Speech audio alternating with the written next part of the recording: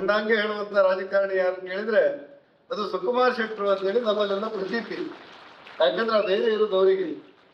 ಕಂಡದನ್ನು ಕಂಡಂತೆ ಹೇಳುವಂತ ದೊಡ್ಡ ಗುಣವನ್ನು ಇಟ್ಕೊಂಡ ಸುಕುಮಾರ್ ಶೆಟ್ಟರು ಅಗಾಧ ಸಂಖ್ಯೆಯಲ್ಲಿ ಸ್ನೇಹಿತರನ್ನೂ ಗಳಿಸ್ಕೊಂಡಿದ್ದಾರೆ.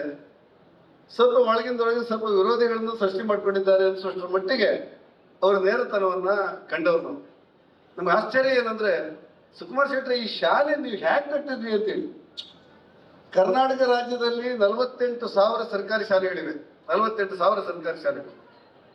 ಒಂದು ಅಂಕಿಅಂಶಗಳ ಪ್ರಕಾರ ಈ ವರ್ಷ ಓಜೇಗೌಡರು ಶಿಕ್ಷಣ ತಜ್ಞರಿದ್ದೀರಿ, ಈ ಅಂಶ 7,000 ಶಾಲೆಗಳು ಮಕ್ಕಳಿಲ್ಲ ಅನ್ನುವಂತ ಕಾರಣಕ್ಕೆ ಮುಚ್ಚುವ ಸ್ಥಿತಿಯಲ್ಲಿದೆ. 7,000 ಶಾಲೆಗಳು.